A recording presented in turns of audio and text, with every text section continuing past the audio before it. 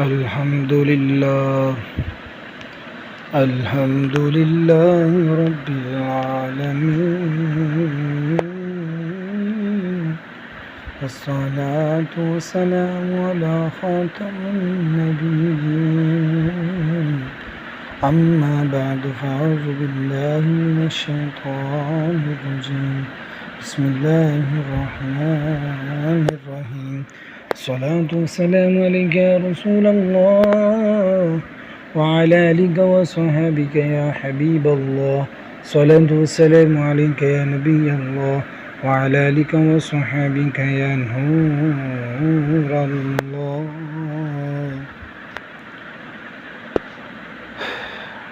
سرکار والا اعتبار دو عالم کے مالک و مختار صلی اللہ علیہ وسلم کا فرمان رحمت نشان ہے: من صلی علیہ صلی اللہ علیہ عشرا بها ملک موکل بها حتی یملفنیها، یعنی جو مجھ پر ایک مرتبہ درود پاک پڑھتا ہے، اللہ کریم اس پر 10 رحمتیں نازل فرماتا ہے، اور ایک فرشتہ اس درود پاک کو مجھ تک پہنچانے پر مقرر ہے۔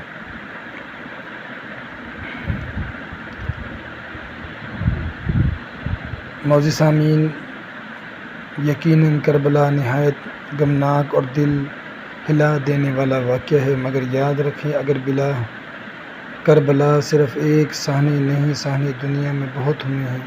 ظلم و ستم کی بڑی بڑی داستانیں زمین پر رقم ہوئی، مگر وہ سب مٹ گئی۔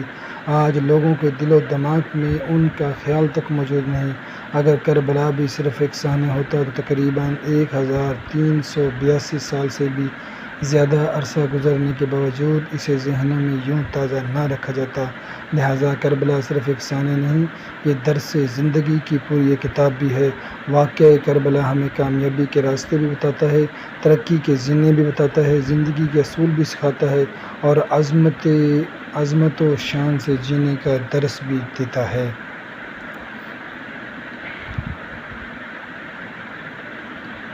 معزز سامعین، امام علی مقام، امام تشنکام، نواسۂ رسول حضرت امام حسین رضی اللہ تعالی عنہ بہت بلند رتبہ ہستی تھی۔ آپ کا نام مبارک حسین، کنیت ابو عبداللہ، اور القاب سبط رسول اللہ یعنی رسول اللہ کے نواسے، اور ریحانۃ رسول یعنی رسول کے پھول ہیں۔ نانائے حسین رحمت دارین صلی اللہ علیہ وسلم نے فرمایا، یعنی حسین مجھ سے ہے اور میں حسین سے ہوں، جو حسین سے محبت کرے اللہ پاک اس سے محبت فرماتا ہے۔ ترمذی شریف کی حدیث ہے، حسن حسین جنتی جوانوں کے سردار ہیں۔ امام علی مقام امام حسین رضی اللہ عنہ 5 شعبان معظم 4 ہجری کو مدینہ منورہ میں پیدا ہوئے۔ 55 سال 5 ماہ 5 دن اس دنیا میں تشریف فرما رہے۔ 10 محرم الحرام 61 ہجری بروز جمعہ کو انتہائی مظلومیت کے ساتھ شہید کیے گئے۔ آپ نے حق پر ثابت قدمی، جوان مروی استقامت اور صبر و رضا کی لازوال مثال قائم فرمائی۔ اس طرح ایک مفکر، اس نے اپنے طور پر ایک تجربہ کیا اور کہا، زندگی کامیابی کے 3 اصول ہیں: نمبر 1 بھوک برداشت کرنے کی طاقت، نمبر 2 انتظار، نمبر 3 سوچنے سمجھنے کی صلاحیت۔ 3 اصول ایک مفکر نے بیان کیے، ذرا ان 3 اصولوں کو سامنے رکھ کر واقعہ کربلا کو ذہن میں لائیے۔ کربلا میں ہمیں یہ تینوں باتیں ملتی ہیں۔ مفکر نے کہا، کامیابی کے لیے بھوک برداشت کرنے کی طاقت ضروری ہے۔ میدان کربلا میں ہم دیکھتے ہیں سخت گرمی ہے، ریگستان ہے، دہتی ہوئی زمین ہے، اور دن کی سخت بھوک پیاس ہے۔ امام حسین رضی اللہ تعالیٰ عنہ سے لے کر ننھے شہزادے حضرت علی اصغر رضی اللہ تعالیٰ عنہ تک سب پیاسے ہیں، مگر قربان جائیے سخت پیاس بھی ان بلند رتبہ ہستی کے پاؤں اکھاڑ نہ سکی۔ تازہ دم یزیدی لشکروں کی یلغار انہیں رائے حق سے ہٹا نہ پاتی۔ آل رسول کے شیر صفت جوان سخت پیاس کے باوجود یزیدوں کی پرکھ نہیں ڈراتے ہیں، یہ ان کی بے مثال استقامت اور باکمال قوت برداشت ہے۔ مفکر نے دوسری بات کہی کہ کامیابی کے لیے انتظار ضروری ہے، یعنی جو بندہ کامیابی کا طلبگار ہے وہ صبر سے کام لے، اطمینان کے ساتھ درست وقت کا انتظار کرے، کسی لمحے بھی بے صبری نہ دکھائے۔ یہ بات بھی امام حسین رضی اللہ تعالیٰ عنہ کی پاکیزہ سیرت میں دیکھنے کو ملتی ہے۔ آپ پر مصیبتوں کے پہاڑ ٹوٹتے ہیں، مگر آپ کے صبر و استقامت بھی ذرا برابر بھی کمی نہیں آئی۔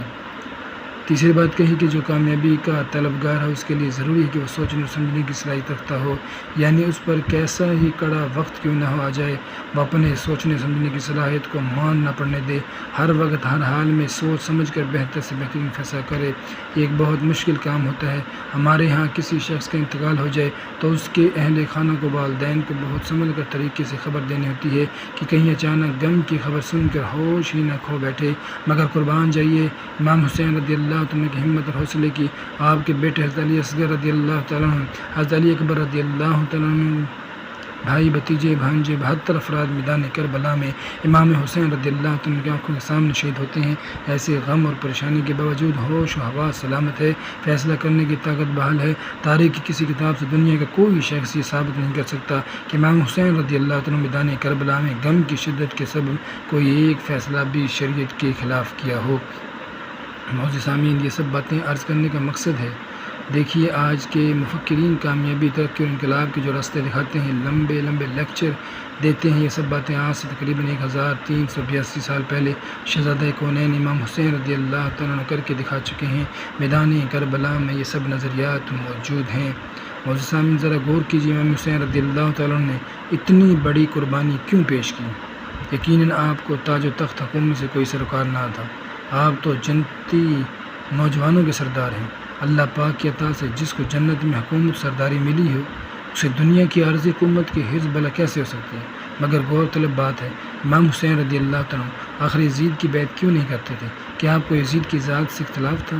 نہیں، آپ کو یزید کی ذات سے اختلاف نہیں تھا، آپ کو یزید کے کردار سے اختلاف تھا۔ اگر یزید بدبخت کا کردار ستھرا ہوتا، وہ بد انجام قرآن و سنت کا پیروکار ہوتا تو امام حسین رضی اللہ عنہ ہرگز اس کی بیعت سے انکار نہ فرماتے۔ مگر اس بدبخت کا کردار اچھا نہیں تھا، اس کا اخلاق اچھا نہیں تھا، اس کی عادتیں بری تھی، یزید فاسق تھا، یزید فاجر تھا، یزید زانی تھا، یزید شرابی تھا، یزید قرآن و سنت کی مخالفت کرتا تھا، اس لیے امام حسین رضی اللہ عنہ نے اس کی بیعت نہیں کی اور ایسی لازوال قربانی پیش فرمائی۔ اب ذرا غور فرمائے، جب امام حسین رضی اللہ تعالیٰ عنہ یزید کے برے کردار سے خوش نہ ہو تو اگر وہی کردار ہمارا بھی ہو، جو عادتیں یزید کی تھی ویسی عادتیں ہماری بھی ہو، جیسا گندے اخلاق یزید کا تھا ویسے ہی ہمارا بھی ہو، تو کیا امام حسین رضی اللہ عنہ ہم سے خوش ہو جائیں گے؟ آئیے دیکھتے ہیں یزید کا کردار کیسا تھا۔ یزید ولید کی وہ کون سی گلی عادتیں تھیں جن کی وجہ سے امام حسین رضی اللہ عنہ نے اس کی بیعت کرنا گوارا نہ فرمایا؟ غیب جاننے والے آخری نبی رسول ہاشمی صلی اللہ علیہ وسلم نے فرمایا، میری سنت کو بدلنے والا شخص بنو امیہ سے ہوگا، اس سے یزید کہا جائے گا۔ معلوم ہو یزید سنت کو بدلنے والا، خلاف سنت کاموں کو رواج دینے والا، یہ بدبخت خود بھی سنت مصطفیٰ کی پیروی نہیں کرتا تھا اور دوسروں کو بھی خلاف سنت کاموں پر ابھارتا تھا۔ سنت کی مخالفت کرنا اور خلاف سنت کاموں کو رواج دینا یزید کا برا کردار ہے۔ اگر ہم حسینی ہیں اور ہمیں واقعی حسینی ہونا چاہیے تو ہمیں چاہیے کہ ہم یزید کے اس برے کردار سے نفرت کریں، ہم خود بھی سنتوں پر عمل کریں اور دوسروں کو بھی سنت کی ترغیب دلایا کریں۔ تاجدار رسالت شہنشاہ نبوت صلی اللہ علیہ وسلم نے فرمایا، جس نے میری سنت سے محبت کی اس نے مجھ سے محبت کی اور جس نے مجھ سے محبت کی وہ جنت میں میرے ساتھ ہوگا۔ ایک روز پیارے آقا مدینے والے مصطفیٰ صلی اللہ علیہ وسلم 3 مرتبہ میرے نائب پر اللہ پاک کی رحمت و عرض کیا گیا، حضور آپ کے نائب کون ہے؟ فرمایا، میری سنت سے محبت کرنے اور دوسروں کو سکھانے والا۔ رسول اکرم صلی اللہ علیہ وسلم نے فرمایا، جس نے میری سنت کو مضبوطی سے پکڑا وہ جنت میں داخل ہوگا۔ اللہ پاک ہم نے سنتوں کو پیکر بنائے، ہم نے خود سنتوں پر عمل کرنا ہے، اس کے بعد دوسروں کو بھی اس کی دعوت دینی ہے۔ ہم وہ نادان جو معاذ اللہ نیکی کی راہ میں رکاوٹ بنتے ہیں، سنتوں پر عمل کرنے والوں کو ترچھی نگاہوں سے دیکھتے ہیں، ترچھی نگاہوں سے دیکھتے ہیں، ان پر طنز کے ذریعے تیر برساتے ہیں، انہیں ڈرنا چاہیے۔ اللہ پاک ہمیں سنتوں پر عمل کرنے کی توفیق عطا فرمائے۔ معزز سامعین، یقیناً امام حسین رضی اللہ تعالیٰ عنہ یزید ولید کے برے کردار سے بخوبی واقف تھے۔ اب آئیے دیکھتے ہیں امام حسین رضی اللہ عنہ نے خود یزید کے برے کردار کی کیسے نشاندہی فرمائی۔ صدر الفاضل مفتی نعیم الدین مراد آبادی رحمۃ اللہ لکھتے ہیں، جب امام علی مقام امام حسین رضی اللہ عنہ کے سامنے یزید بدبخت کی بیعت پیش کی گئی تو آپ نے فرمایا، لِأَنَّهُ كَانَ فَاسِقًا مُدْمِنَ الْخَمْرِ ظَالِمًا، یزید فاسق یعنی اعلانیہ کبیرہ گناہ کرنے والا، شراب کا عادی اور ظالم ہے، بھلا میں ایسے کی بیعت کیسے کر سکتا ہوں؟ جب امام حسین رضی اللہ عنہ میدان کربلا کی طرف تشریف لے جا رہے تھے، راستے میں ایک مقام پر اپنے یزیدی لشکر کے سامنے خطبہ دیتے ہوئے ارشاد فرمایا، لوگوں، رسول اکرم صلی اللہ علیہ وسلم نے فرمایا، بے شک جو ایسے حکمران کو دیکھے جو ظلم کرتا ہو، اللہ پاک کی حرام کردہ چیزوں کو حلال ٹھہراتا ہو، اللہ پاک کا عہد توڑتا ہو، سنت کی مخالفت کرتا ہو، لوگوں میں گناہوں اور ظلم و زیادتی کا رواج دیتا ہو، دیکھنے والا اگر ایسے ظالم کو برے کاموں سے نہ ہاتھ سے روکے نہ زبان سے روکے، اللہ پاک پر حق ہے کہ اس کے دیکھنے والے کو اس ظالم کے ساتھ ہی رکھے۔ لوگوں سن لو، بے شک ان یزیدیوں نے شیطان کی اطاعت کو لازم پکڑا، رحمان کی اطاعت کو چھوڑ دیا، لوگوں میں فساد پھیلایا، اللہ پاک کی حدود کو پامال کیا، اللہ پاک کی حرام کی ہوئی چیزوں کو حلال اور حلال کی ہوئی چیزوں کو حرام قرار دیا، اور میں اس بات کا زیادہ حق رکھتا ہوں کہ ایسے ظالم کے سامنے کلمہ حق بلند کرو۔ امام حسین رضی اللہ عنہ نے یزید پلید کی 7 بری عادتوں کو بیان فرمایا۔ یزید فاسق ہے، یزید شرابی ہے، یزید ظالم ہے، یزید رحمان کی اطاعت کو چھوڑ کر شیطان کی پیروی کرتا ہے، یزید فساد پھیلاتا ہے، یزید اللہ پاک کی حدود کو پامال کرتا ہے، یزید اللہ پاک کی حلال کی ہوئی چیزوں کو حرام اور حرام کی ہوئی چیزوں کو حلال ٹھہراتا ہے۔ اب ہم اپنے کردار پر غور کریں۔ یزید فاسق تھا۔ فاسق اسے کہتے ہیں جو اعلانیہ گناہ کرتے ہیں۔ ہمارے یہاں کتنے ایسے لوگ ہیں جو اعلانیہ گناہوں سے بچتے ہیں۔ داڑھی منڈوانا، ایک مٹھی چھوٹی کروانا حرام ہے۔ کتنے لوگ داڑھی منڈوانے اور دندوانے پھرتے ہیں، سرعام گالیاں بکتے ہیں اور بہت سے گناہ کرتے ہیں اور اپنے گناہوں کا اعلان بھی کرتے ہیں۔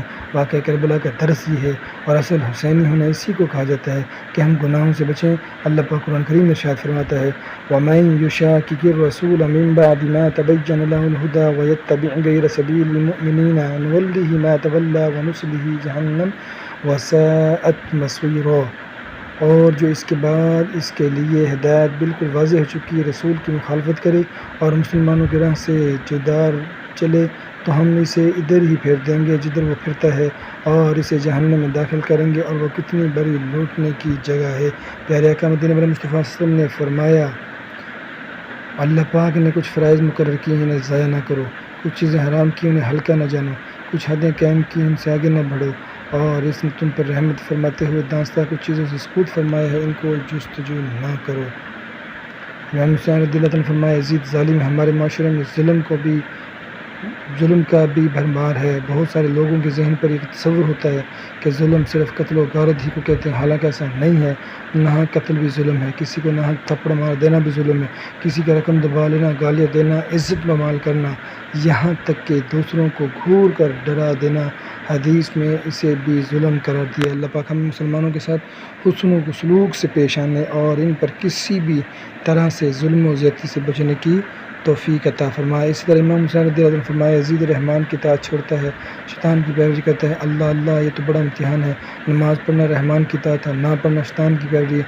ہم میں سے کتنے لوگ پکے نمازی، ہم میں سے کتنے لوگ گناہوں سے بچتے ہیں، کتنے لوگ روزے رکھتے ہیں۔ ماں باپ کی اطاعت کرنا، بہن بھائیوں کے حقوق پورے کرنا، بیوی کے حقوق پورے کرنا، دوسروں کی عزت کرنا، پورا اسلام میں داخل ہو جانا رحمان کی اطاعت ہے۔ اس کا الٹ کرنا شیطان کی پیروی ہے۔ جھوٹ بولنا، غیبت کرنا، چغلی کرنا، وعدہ خلافی کرنا، گالی گلوچ سب گناہ ہے، شیطان کی پیروی ہے۔ ہم میں سے کتنے لوگ ان گناہوں سے بچتے ہیں۔ یزید کا برا کردار ہے۔ یہ سب وہ باتیں ہیں جن کی بنیاد پر امام حسین رضی اللہ عنہ نے یزید کی بیعت سے انکار فرمایا تھا، میدان کربلا میں لازوال قربانی پیش فرمائی تھی۔